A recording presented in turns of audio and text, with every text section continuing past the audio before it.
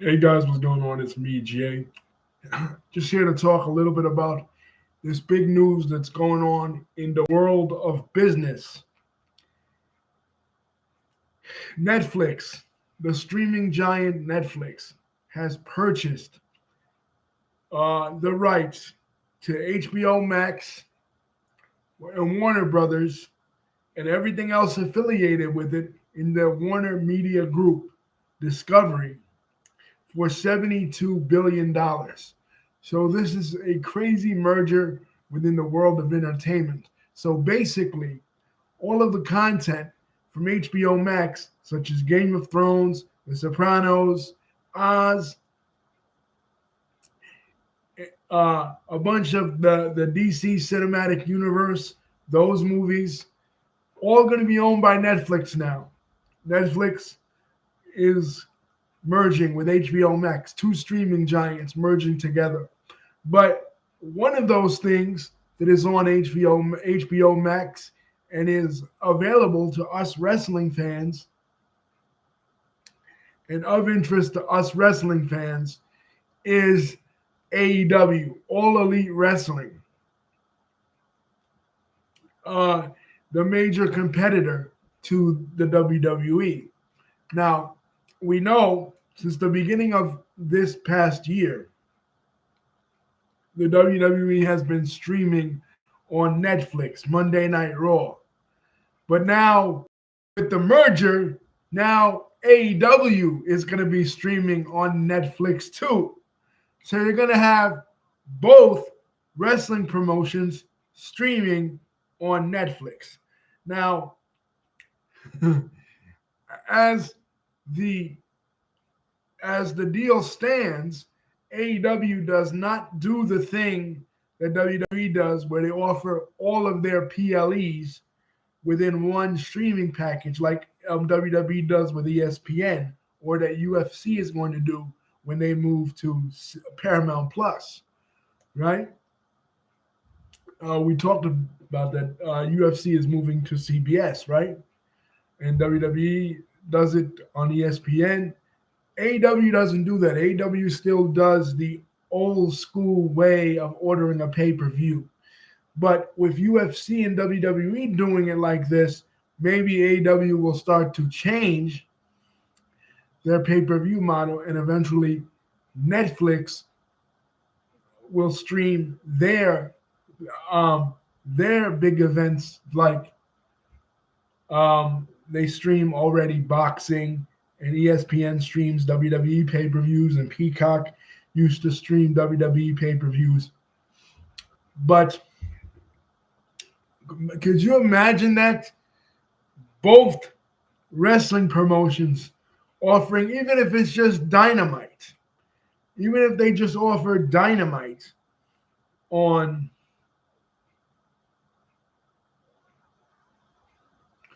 oh, they do? Okay. uh I thought I my mistake, Aaron. I thought they're using the traditional pay-per-view model. But even if they just, Aaron has corrected me. Thank you, Aaron, for that. I, I'm just getting now into AEW, so I haven't really sat down and watched a real pay-per-view of theirs since like they started, like since like the first All In.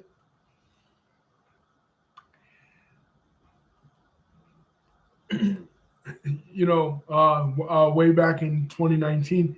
So just imagine, guys, the the craziness this is going to cause.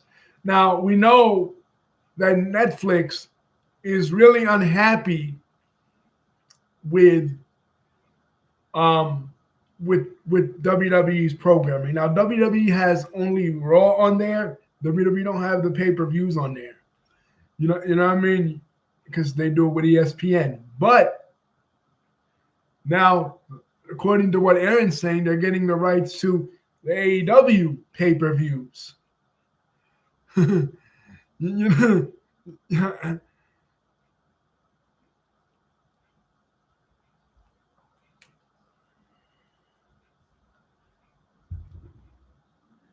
You know what I mean? So Netflix could seriously be in 2026 or whenever this goes into effect.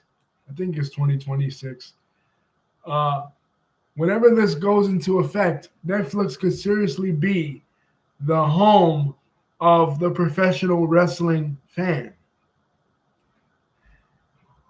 What's your thoughts on this, Aaron? This merger between HBO. There was a bidding war, and Netflix won the bidding war, and now all of HBO's content are going to be on Netflix.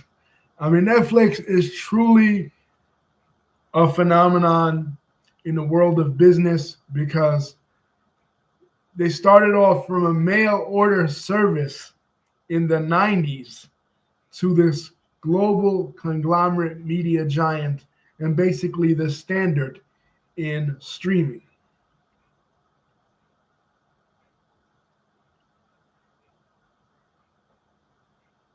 Mm, right. I'm saying, Aaron, this is a very exciting day within the world of professional wrestling. This has never happened in the history of, well, with the exception of that couple of weeks before Aaron and I were born, probably in 1984 when Vince McMahon bought Georgia Championship Wrestling and WWE and Georgia Championship Wrestling were under the same banner for those couple of whatever months or weeks, right? And you can't even say it's like when Vince bought WCW because they didn't have TV. You know what I mean? Like no network would air WCW's content after Turner sold it uh, to Vince. So it's not even like that. This is like it's fucked up now. They got the ESPN deal. Imagine, imagine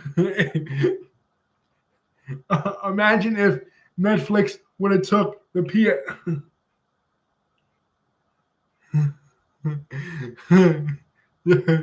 Yeah, right. They was like, can we have an AEW WWE Forbidden Door? Hey, why not?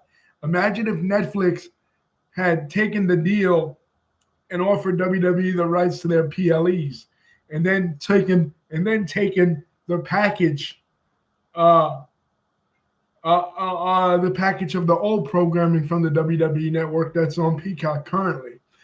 If Netflix had all that, Netflix would have. And look, in the future, we don't know what will happen, but this right now is crazy. This is probably the biggest deal for us wrestling fans since the TKO merger 2 years ago.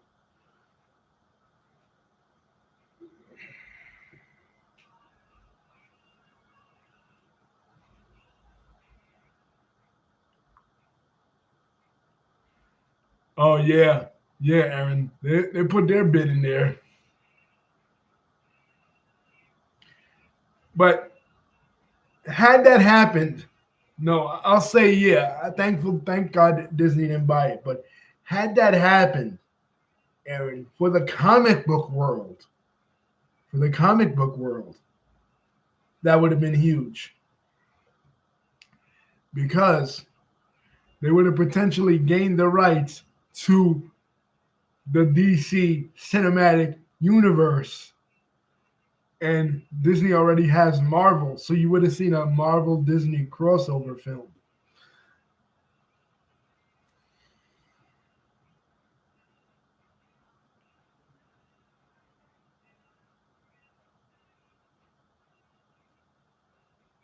But yeah, this has been a really big year in terms of the streaming services uh,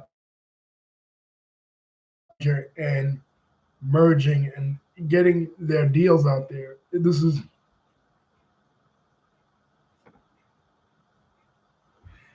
Yeah, he is. He is. Tony Khan. But they're part of TKO though, Aaron. So maybe they all three will work together. I don't know. Did you hear the news that in other news, uh, Trump might be speaking to Dana White, another friend of Dana White's, Donald Trump may be at Sheena's last match. It's a possibility.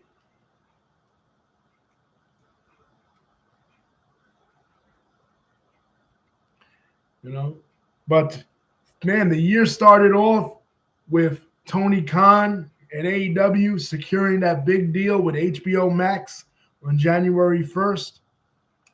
Then we got in the middle of the year, WWE moving their PLEs to ESPN with the huge deal they got, and then UFC's a huge deal with Paramount Plus, and then now this, you know, you know what I mean? In the world of combat sports and streaming services, this has been a very exciting year. I don't think it's really paid off a lot for WWE. In terms of the ESPN deal, I think what happened was they rushed it. They didn't wait till WrestleMania.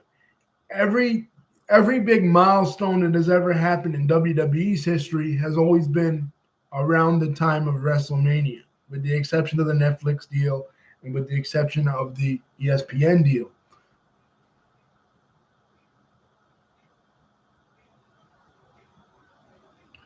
I know, because they can't even get a TV deal.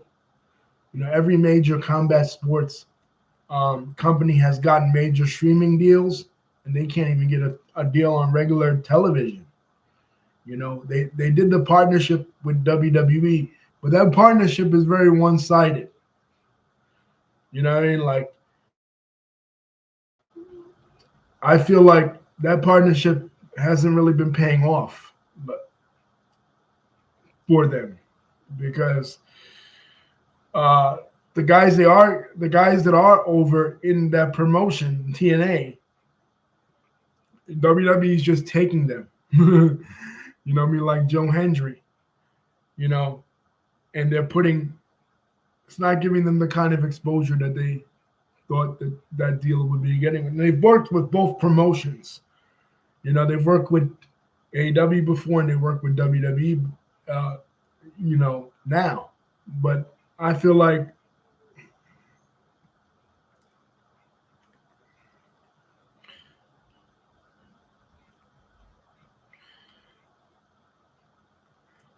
that it hasn't paid off for them.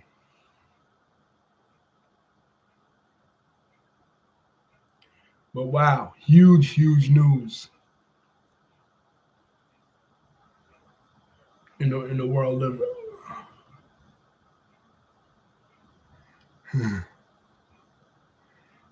Yeah,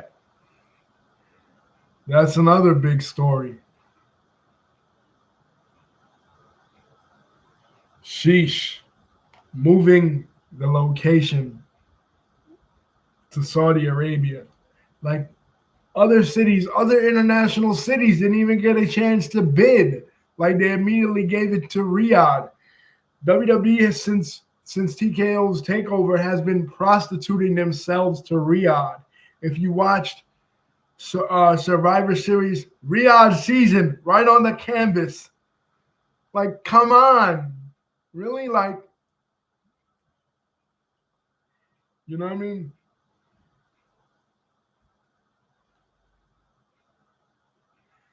We're gonna have to stay up super duper. I mean, we're gonna have to start watching WrestleMania night one in 2027, like in the afternoon. It's gonna be really weird, the time schedule when it comes to that. But I think they should have they should have waited until WrestleMania 42 to launch on ESPN. The launch that they did on WrestlePalooza, it hasn't paid off because this time of year is very traditionally. this time of year for wrestling in general, but WWE in particular, is always a downtime of year, right? It's this time of year because you have football you're competing with, you have other things, you know, you know what I mean, like November, December, never really a good time for of peak interest in WWE because fans know that you know this is just this is just the last leg of the year. They aren't going to do any major storyline changes, now that will affect, going into WrestleMania or going into the Royal Rumble. The time to do things like that when there's peak fan interest, like WrestleMania, or maybe a SummerSlam. They chose to do it around WrestlePalooza, which was like a throwaway pay-per-view, and they thought the big attraction of them moving to ESPN would be Brock Lesnar's return and AJ Lee's return. I know, David. Me and Aaron and I are talking about it right now, man. It's huge news. It's huge news in the world of wrestling right now.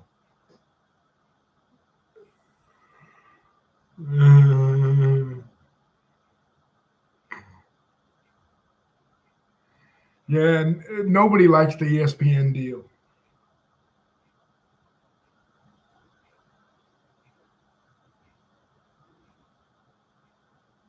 I know. Yeah, Aaron's correct. Their treatment of LGBT wrestlers, their treatment of women wrestlers, just overall, Saudi Arabia is a country that follows Sharia law. And once again, I've been very critical of WWE in going to this nation that follows Sharia law because because in essence you're co-signing and legitimizing Sharia law. You know what I'm saying? This is one of the reasons, even here in the United States, when Ray Charles took a stand and he did not perform in segregated arenas, because performing in the segregated arenas is a tacit endorsement of that place's policy. You understand? So I don't blame them. I don't blame them. You,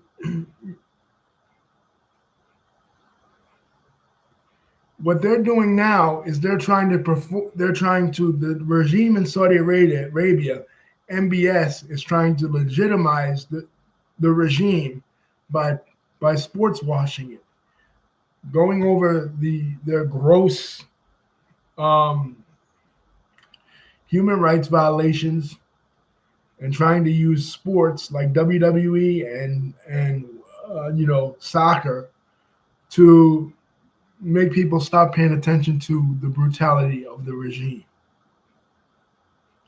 And it's just disgusting. You know what I mean? I've never missed a WrestleMania since I started watching in 1990, but I don't know about 2027, guys. The card would have to be super duper, like, would have to blow my mind in order for me to sit down and really watch it. And I don't think they have anything. Like, Hulk Hogan's dead, so my dream match of Hulk Hogan versus Stone Cold Steve Austin, they can't have that. Sting is in AEW, and Undertaker's retired, so they can't have that. Like, there's nothing they can offer with the current group of guys that will make me say, oh man, I gotta tune in to see that. That's gonna be awesome.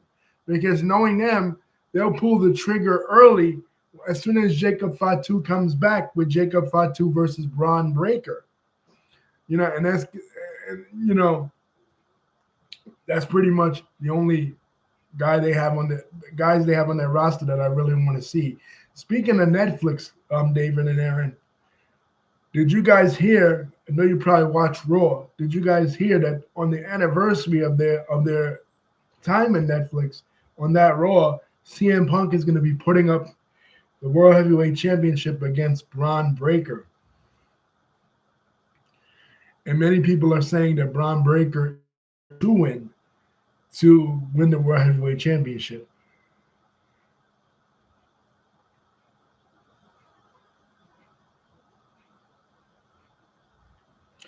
Yeah, I know.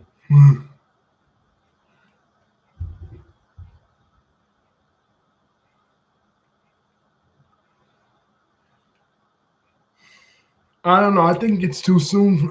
I know WWE creatives talking about Braun putting the World Heavyweight Championship on Braun, but I think it's too soon. You know what I mean? People say, "Oh well, what about Randy Orton when he won it in '04?" Yeah, but Randy Orton's run in '04 was shitty. Like, do people not remember Randy Orton's first run when he beat Benoit? You know, and he was a baby face. No, it's too soon for Braun Breaker. Build him up. You know, if anything, have him win it at WrestleMania. Maybe, you know, but even then, like, he cuts one promo and people are like, oh, you know, they're falling all over themselves. He's a big star and he's gonna be huge, but just let it. Right, he is right now. He is.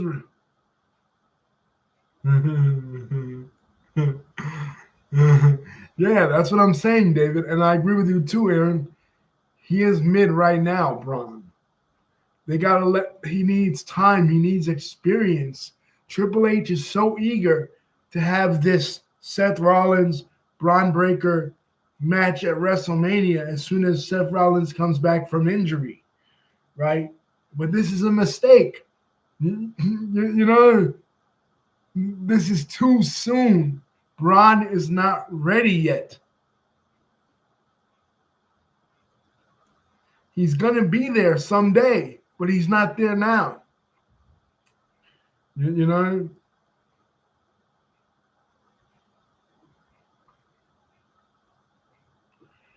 But they're in such need of bigger stars because they've relied on the older stars, the CM Punks, the Roman Reigns, the Codys for so long.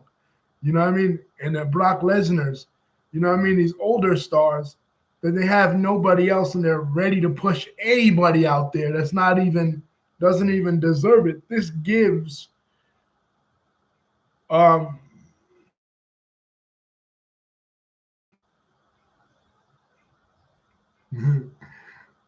yeah.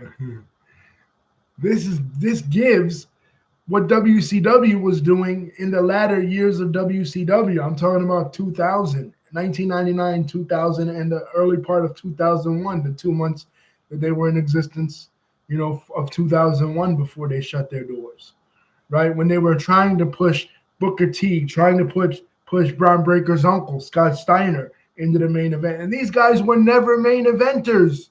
You know, they were never main eventers. Right. Aaron's right. WWE's not. And they talked to Triple H. I think it was on Ariel Helwani's podcast. They talked to Triple H about this, about the age of the main roster guy, of the main roster top tier main event guys. You know what I mean? And Triple H is such a hypocrite too, because when he was younger, and when he was coming up, he would talk about how the old guys like Hogan and Flair, they never stepped aside, right? This is what his complaint was. Oh, these old guys, they never step aside. But what about the guys you're pushing? You're pushing old guys too. You know what I'm saying? Half the main event rosters in their late to mid to late 40s.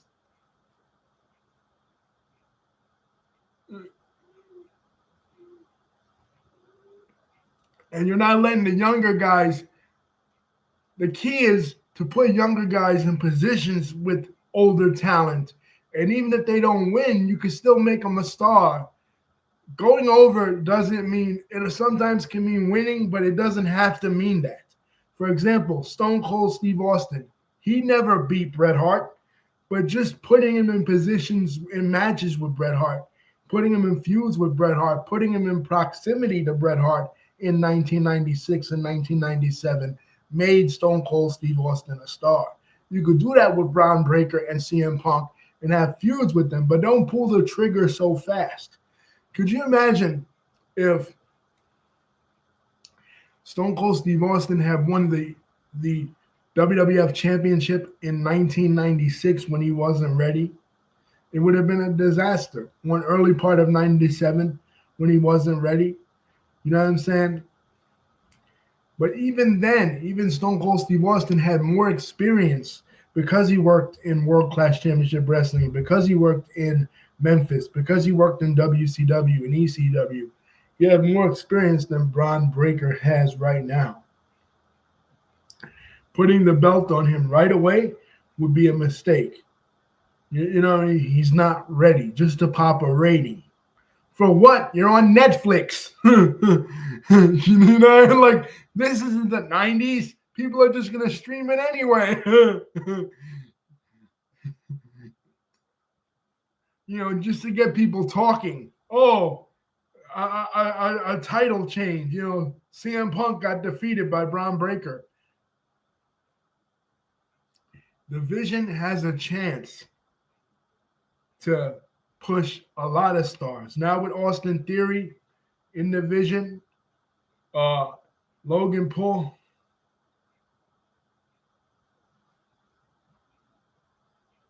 Right, exactly. Aaron's correct. People like Jet Speed and Blue Sky, as well as individuals like Jack Perry, young people. Yes, WWE is now WCW. WWE is WCW. Everything that WWE used to accuse WCW of doing, they're doing now. And then Booker T, who is a WWE shill, he's a WWE shill, Booker T. Right. Exactly. They can always pirate it. Booker Booker T goes on his podcast and says that AEW is the retirement home of wrestling. Booker T, get your head out of your ass. Stop kissing Triple H's butt. You know what I'm saying? Like this was the guy who basically buried you both on camera and behind the scenes in 2003, and you're kissing his ass, shilling for WWE. You can't honestly believe that. You know what I'm saying? You cannot not honestly with honesty say that AEW is a retirement home when look at the ages of the wrestlers in WWE roster.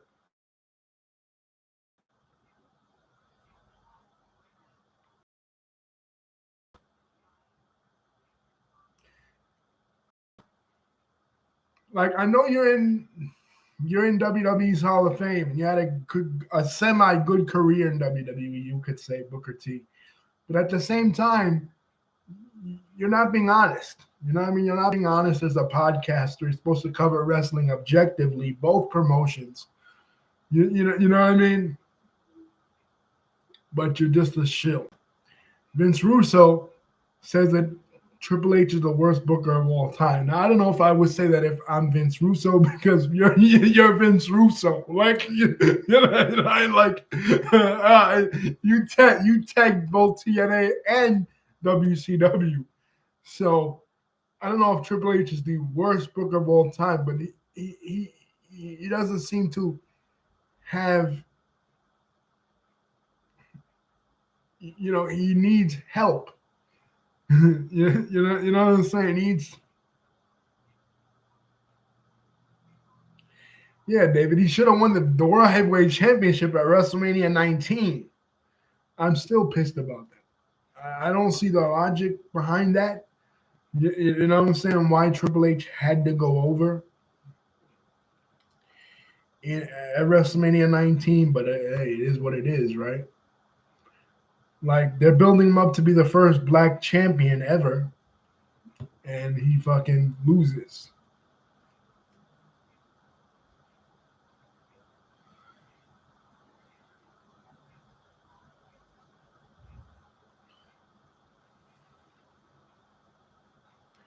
But Booker T is a shill for WWE. He takes WWE's side no matter what in every conversation. You know, like me, I'm objective. Like Tony Khan has done some weird shit. You know what I mean? But the pendulum has seemed like it's swung. You know what I mean? When the Bloodline storyline was going on, WWE was on fire. Now the Bloodline storyline is no more. It dissipated. People don't really care about it, even though for the third year in a row, Bloodline members have been in the War Games. They haven't been calling themselves Bloodline, you know, but they're in the War Games. You know, Roman Reigns was there. The Usos were there. Right? I mean, there were other people, but like they're milking this War Games, this Bloodline shit till no end. But now that it's over, Triple H, much like other bookers, much like Vince Russo himself, much like Eric Bischoff, much like pretty much all the bookers in wrestling history, have nothing else to follow it with. Okay, what happens when that gets old? What happens when that gets stale? You know what I mean? Vince Russo didn't have anything else but the Attitude Era stuff, and Triple H has nothing but the Bloodline stuff. Just like Eric Bischoff had nothing but the NWO. You know, like you have nothing to follow it up with, no longevity, your promotion starts to get stale. See, with AEW, is their strength is really the matches.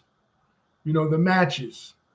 Like that's what makes AEW a different type of promotion. Their strength is their matches. So all Tony Khan has to really do is put two or more wrestlers together to have good chemistry and have good matches. And that's what the fans are really looking for. When your promotion is like WWE and it's built off storylines and you don't have good storylines and you don't have good matches, you're going to lose viewership. And that's exactly what's happening. And that's why organizations like Netflix and ESPN, they're dissatisfied because they thought they were buying in to this genius, you know, because WWE was having this great renaissance after Vince McMahon left, right? And everybody was kissing Triple H's ass. He's such a genius. He's bringing that NXT energy from 2000, from the mid to late 2010s, the black and gold energy to the main roster. You know, we all loved it. In my old channel, I talked.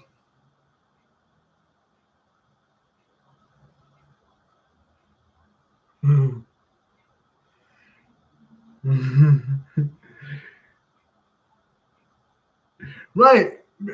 Aaron's absolutely right. These guys are washed up. Eric Bischoff, why does he talk about the NWO so much? Because the NWO was the only good idea he ever had. Bro, after the NWO died out, and you guys know this, I talk about it all the time. The NWO was my favorite wrestling storyline of all time. But at the same time, bro, the NWO hasn't been relevant since 1999, shit before that. You know what I mean? Like, you have nothing else. Like, what else have you accomplished in the wrestling business besides the NWO? And Vince Russo, what else did he? Between the two of them, they have 4 good years between the two of them. Bischoff had 96, 97. Russo had 98 and 99. Because you can't even say 2000. He left WWE in October of 99, and Gewurz took over for 2000, which was their most profitable year in history, right? Was the year 2000, even though Austin wasn't there and Russo wasn't booking anymore.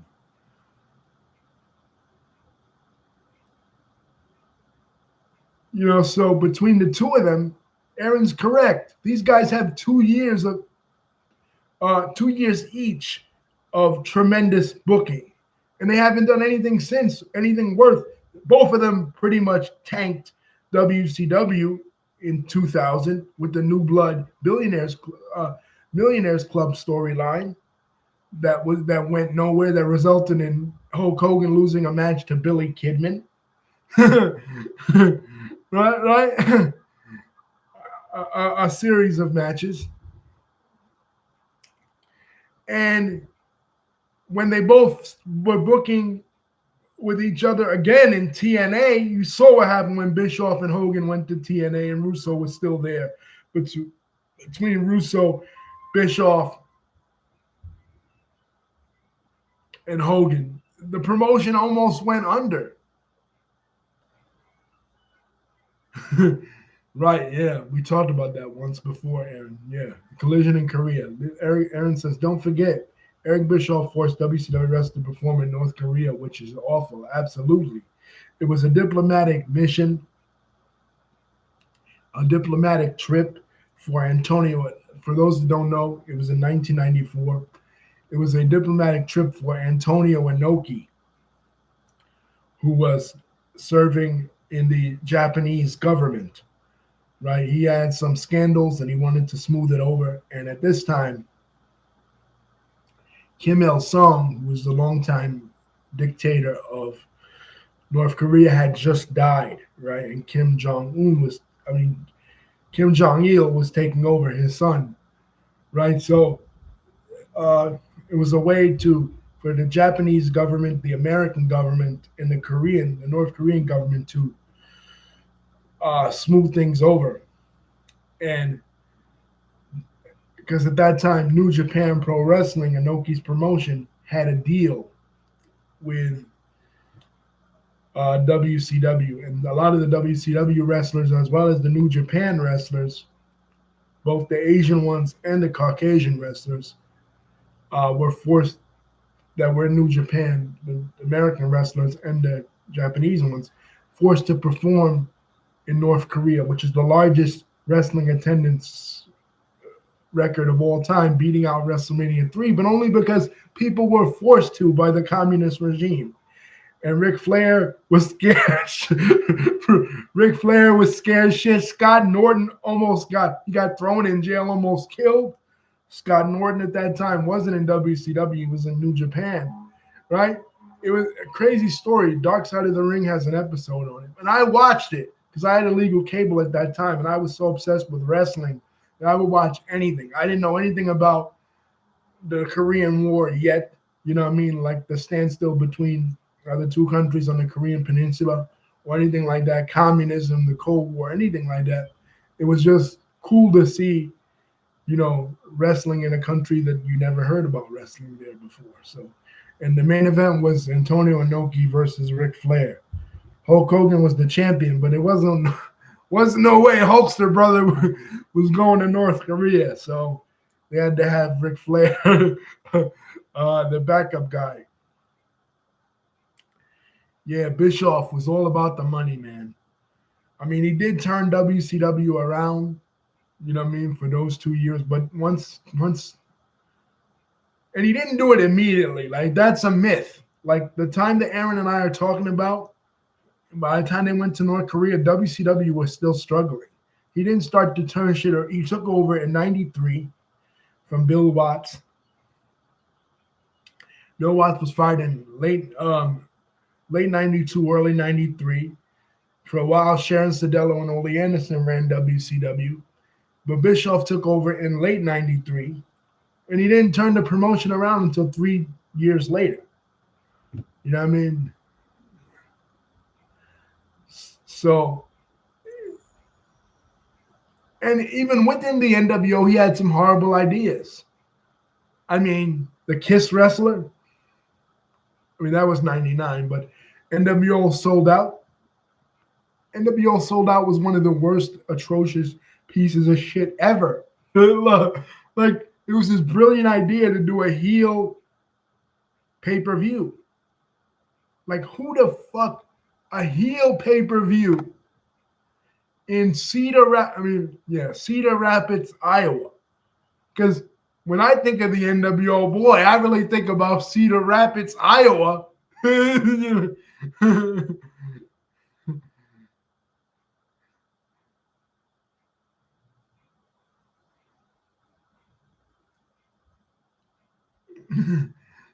know what I mean? Nothing says cool NWO, like the middle of nowhere, Cedar Rapids, Iowa. Not Las Vegas, not LA, not Chicago, not New York, not Miami. Cedar Rapids, Iowa. Cedar Rapids, Iowa, with Hulk Hogan and the Giant as the main event. And then one day we got to review that pay-per-view, guys, because that pay-per-view is hilarious. Like how I know, yeah, it has. Aaron said it out. People think Nitro was this like long-standing. It's like Nitro is like the wrestling equivalent of the Honeymooners. When people look every New Year's Eve, the Honeymooners, it comes on TV. And when I was a kid, I used to think, man, the Honeymooners, that show must have been on for years. The kind of impact that it had, on sitcoms, right?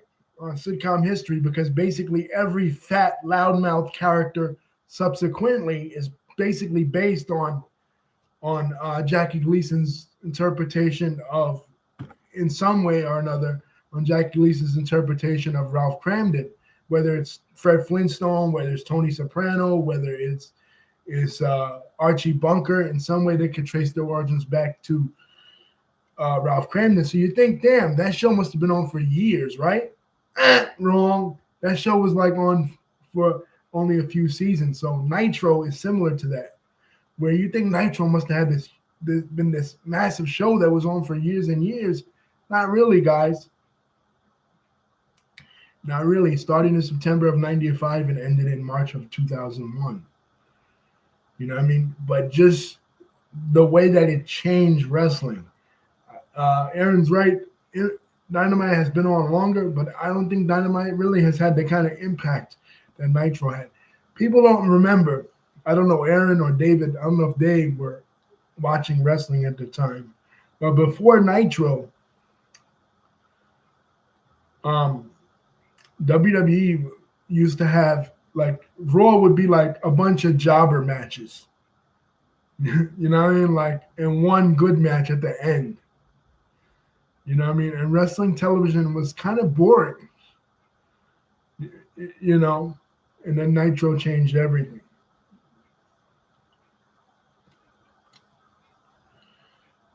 Because, they had great cruiserweight matches. They had the NWO later on, and they would have the big stars. The big stars would always be there.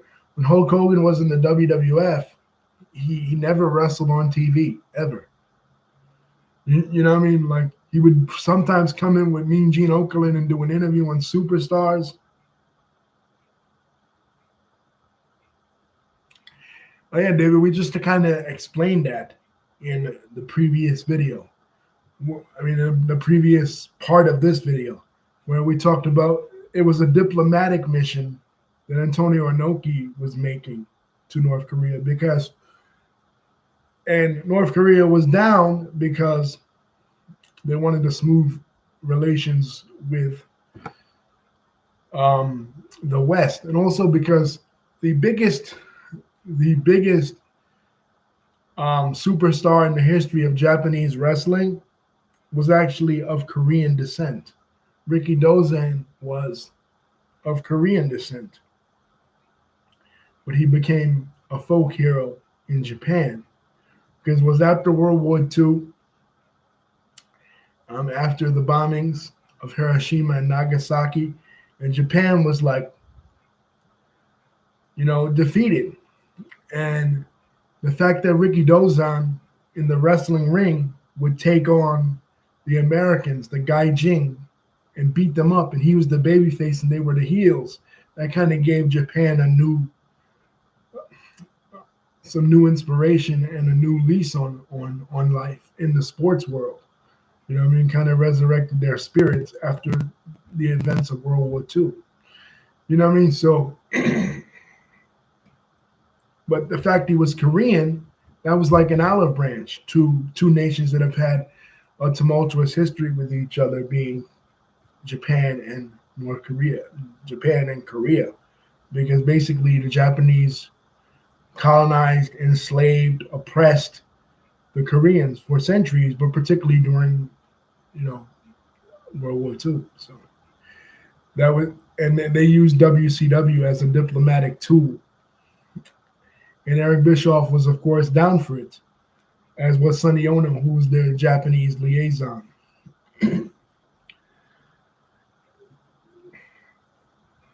It was a way basically a way too, for Antonio Inoki to get out of the political scandal that he was in the Japanese Diet, the Japanese Congress.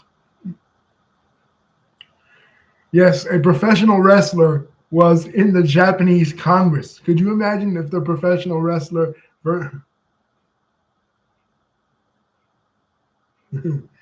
yeah, that's basically, yeah.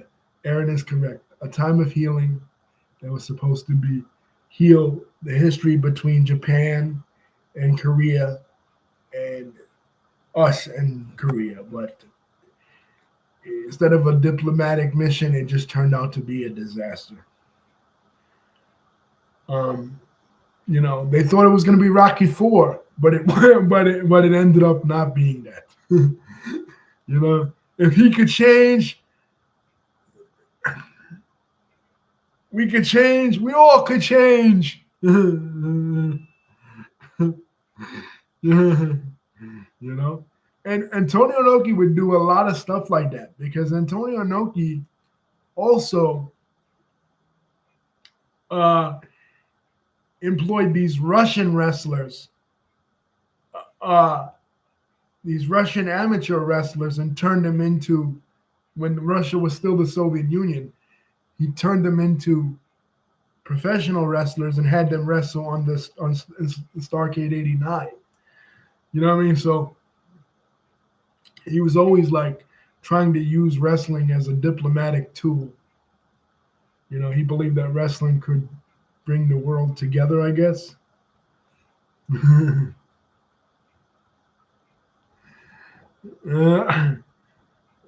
Right.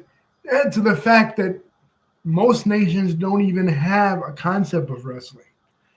Like the European nations do, Western European nations, particularly Great Britain, because wrestling technically comes from there. You know, has its roots in Wigan, England. You know what I mean? Catch as catch can. Other than that, and Japan, which we brought over there, you know, after World War II, and Mexico, which Sid Luderoth brought over there in the early 20th century from the United States, an American businessman who moved to Mexico, who founded CMLL. You know, but other than that, other than Mexico, Japan, the United States, and Great Britain, and Germany, promotion in Germany. Other than that, other nations don't really have a concept of professional wrestling. You know what I mean? It's not really big over there. It's huge in the Middle East, though. It is huge in the Middle East. Like whenever they go to like the Middle East and India, they draw huge crowds. Because we talked about the reason why I believe, my hypothesis, why I believe it's bigger in those countries, because they don't really have sports. They don't have a lot of sports other than soccer that are big over there. So they're happy to get anything, you know. And we know that in Israel, World Class Championship Wrestling was huge in the 80s over there because of Fritz von Erich being an evangelical Christian and having connections with World Class Championship Wrestling airing on CBN, Pat Robertson's network, and of course, evangelical Christians in Israel. I mean, we know about that relationship. We talked about it a lot on this channel. You know, but other than that, see the irony of wrestling. A family whose patriarch based his wrestling gimmick on a Nazi becomes the biggest wrestling legends in Israel. You can't make this shit up. Like the Von Erichs were like gods in Israel, they say. You know, Kevin Von Erich, the only living Von Erich, still lives there to this day and does commercials, tourism commercials for them.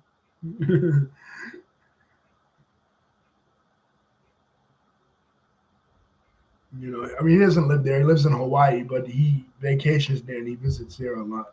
He's done the commercials for them. The only living Von Erich, and that's crazy, man. No, I know they're not actual gods. What I'm saying, though, David, is that they are very popular in that country. Huge in Israel, which is weird because the name's not even Von Erich, and the gimmick, Fritz Von Erich's gimmick was a Nazi sympathizer. you know, but hey, so was Baron von Raschke, and he became a huge babyface in Minnesota. So. Mm.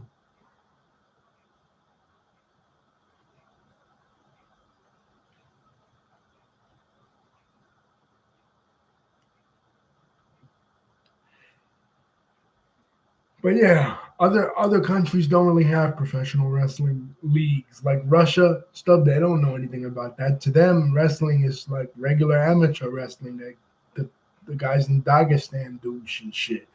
You know, Duhashvili and Islam Makhachev and Khabib.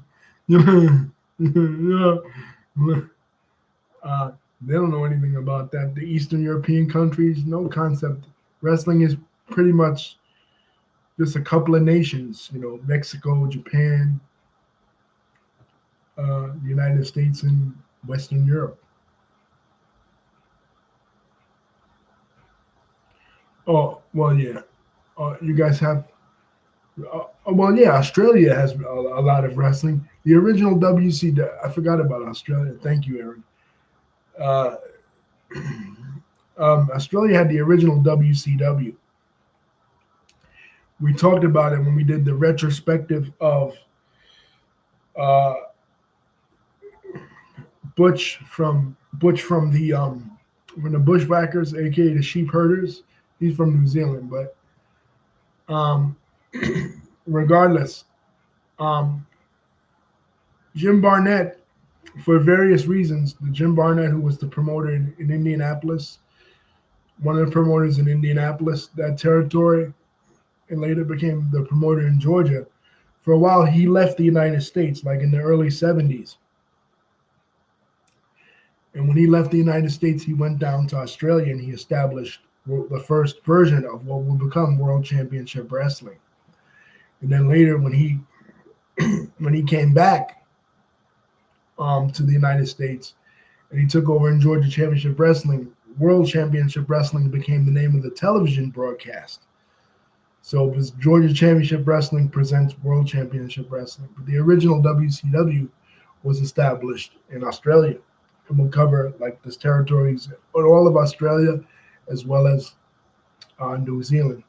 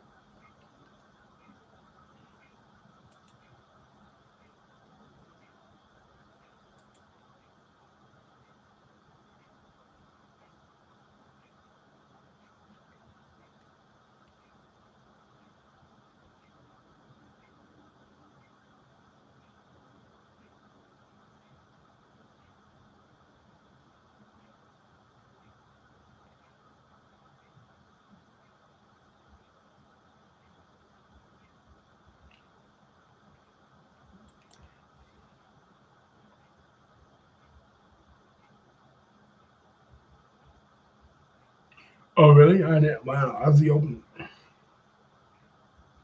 Is Trish coming back? I don't know, David.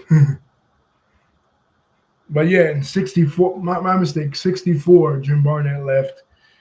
Um, uh, left the United States and went to Australia. That's when he set up the original WCW in Australia. And he came back during the battle for Atlanta because Atlanta had some ownership issues in the early 70s after the death of its original owner, Ray Gunkel, who was a wrestler slash.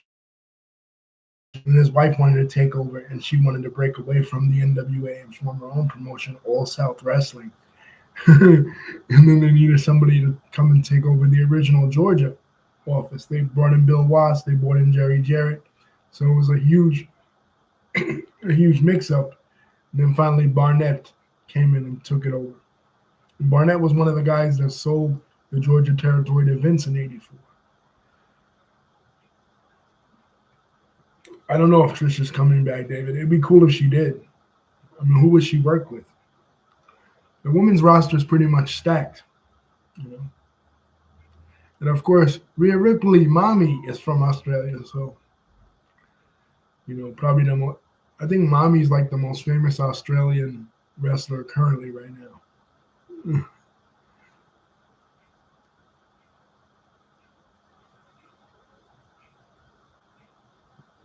I like Rhea. You know what I mean? Some people saying that her gimmick is getting stale. What do you think, Aaron?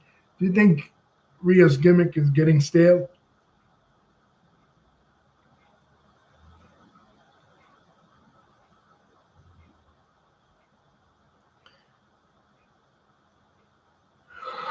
I know she needs the mask, but yeah, Tony Storm from Australia too. She's the best. She has the best gimmick in AEW, man. WWE wasn't she in WWE for a while and they dropped the ball with her?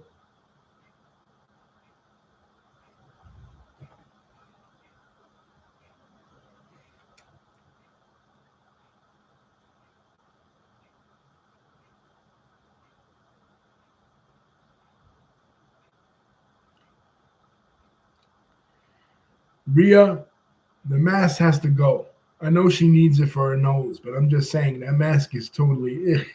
I don't like it. Yeah, she's still over. She's still over with the fans. But I just don't like the mask. I think the mask is hideous. But I know she needs it. But I'm just saying,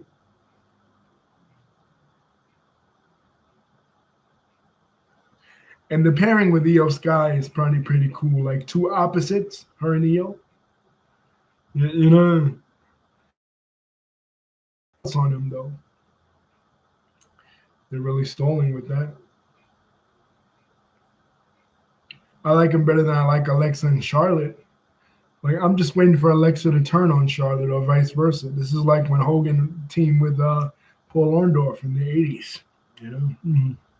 It's like when is he gonna turn? He's gonna turn. But anyway, guys, that's pretty much it for this video. Thank you, Aaron. Thank you, David. Guys, I'll be doing a Christmas review video. We're doing a Grinch tonight. We're doing a Grinch tonight. The Jim Carrey version. Peace, guys.